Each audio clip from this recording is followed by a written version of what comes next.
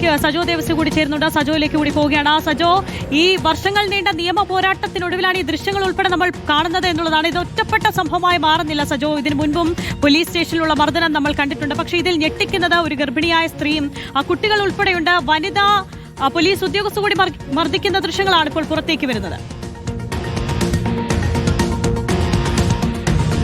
ആര്യ, നിയമത്തിന് നിയമപാലകർ പുല്ലുവില കൽപ്പിക്കുന്നു എന്നതിന്റെ ഉത്തമ ദൃഷ്ടാന്തമാണ് ഈ ദൃശ്യങ്ങൾ എന്നാണ് ഇതിൽ ഏറ്റവും പ്രധാനപ്പെട്ട കാര്യം.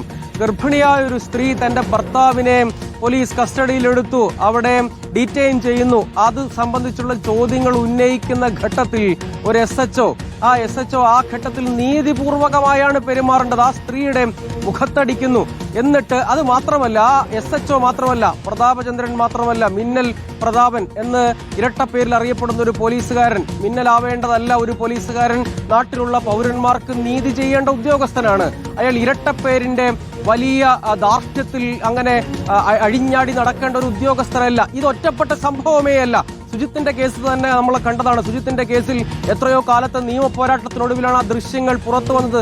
അതിനുശേഷമാണ് എന്താണ് സത്യം എന്ന് ജനം തിരിച്ചറിഞ്ഞത്. ഇവിടെ ഈ ആക്രമിക്കപ്പെട്ട സ്ത്രീയും ഈ മുഖത്തടിയേറ്റ സ്ത്രീയും അവരുടെ ഭർത്താവും ഇതിന്റെ സത്യം പുറത്തറിയണം എന്ന് ആഗ്രഹിച്ചതുകൊണ്ട് നിയമപോരാട്ടം നടത്തിയതുകൊണ്ട് RTI വഴി പോരാടി, എന്നിട്ട് കിട്ടിയില്ല. അതിനുശേഷം കോടതിയിൽ പോയി, ഒടുവിലാണ് ദൃശ്യം പുറത്തു വരുന്നത്. അതുകൊണ്ട് കേരളം കണ്ടു എന്നത് മാത്രമാണ്. ഇത് ഒറ്റപ്പെട്ട സംഭവമാണോ? ഇതിന് കഴിയാത്ത നിസ്സഹായരായ എത്രയോ മനുഷ്യരുണ്ട് എന്ന് നമ്മൾ കാണണം. അവരുടെ മുഖത്തടിക്കുന്നു, അവിടം കൊണ്ട് തീരുന്നുണ്ടോ? ആ ദൃശ്യങ്ങൾ വിശദമായി ഒന്നുകൂടി കാണൂ. മറ്റൊരു വനിതാ പോലീസ് ഉദ്യോഗസ്ഥയും സമാനമായ അതിക്രമം ഈ സ്ത്രീക്കെതിരെ നടത്തുന്നുണ്ട് എന്ന് ഈ ദൃശ്യങ്ങളിൽ വളരെ വ്യക്തമായി കാണാം. ഷൈമോൾ എന്നൊരു സ്ത്രീ അവരുടെ ഭർത്താവ് ബെൻജോയെ പോലീസ് ഡീറ്റെയിൻ ചെയ്യുന്നു എന്ന് ചോദിക്കാൻ ചെന്നു. അതിനെ എത്ര ഭംഗിയായി കൈകാര്യം ചെയ്യാം പോലീസിന്, ആഭ്യന്തര വകുപ്പിന്.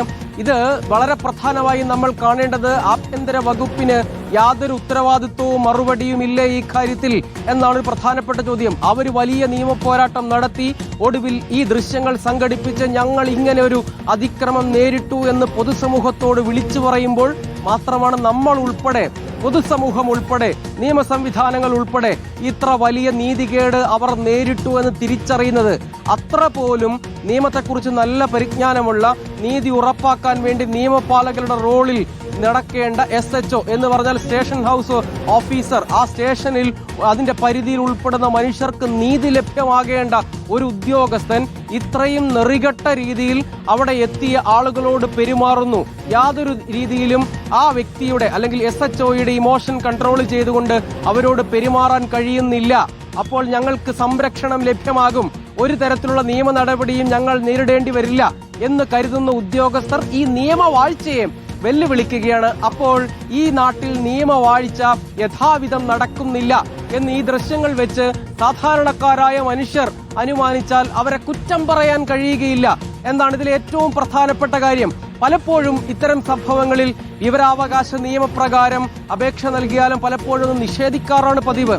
ഇവിടെ അങ്ങനെ പലതവണ ദുരനുഭവം ഉണ്ടായിട്ടും ഈ കുടുംബം, ഈ ദമ്പതികൾ പിന്നീട് എന്താണ് യഥാർത്ഥ സത്യം, അവർക്കെതിരെ പിന്നീട് വ്യാജമായ കുറ്റാരോപണങ്ങൾ ചുമത്തി അതിന്റെ പേരിൽ ഇപ്പോഴും നിയമ നടപടി നേരിടുകയാണ് ഇവർ എന്നതാണ്. ഇനി അവർക്കെതിരായ ആരോപണങ്ങൾ എന്തു തന്നെയും ആകട്ടെ, അതിനെ നേരിടാൻ വളരെ വ്യവസ്ഥാപിതമായ നിയമമാർഗങ്ങൾ SHO ഉൾപ്പെടെ അധികാര പദവിയിലിരിക്കുന്ന പോലീസ് ഉദ്യോഗസ്ഥർക്കുണ്ട് എന്നത് നമ്മൾ കാണണം. ഇനി അവർക്കെതിരെ ആരോപണങ്ങൾ ഉണ്ട് എന്ന് തന്നെ വെക്കുക, അതിനെ നിയമപരമായി നേരിടാൻ കഴിയുന്ന അധികാര പദവിയിൽ ഇരിക്കുന്ന ആളാണ് ഒരു സ്റ്റേഷൻ ഹൗസ് ഓഫീസർ.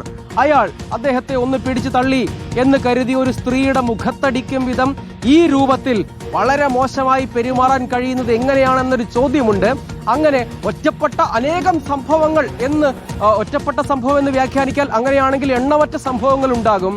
ഇതൊക്കെ ഒരു പ്രധാനപ്പെട്ട സൂചികയാണ് എന്നത് ഈ തെരഞ്ഞെടുപ്പ് റിസൾട്ട് ഘട്ടത്തിലൊക്കെ നിൽക്കുന്ന വേളയിൽ വളരെ പ്രധാനമായും നമ്മൾ കാണേണ്ടതാണ്. 2024 ജൂൺ 20 നടന്ന സംഭവമാണ്. അപ്പോൾ ഈ വ്യക്തികൾ, ഈ രണ്ടുപേർ, ഈ ദമ്പതികൾ, അതായത് ഇവർ നടത്തിയ നിയമ പോരാട്ടം കൊണ്ട് മാത്രമാണ് ഈ ദൃശ്യങ്ങൾ നമ്മൾ കാണുന്നത്.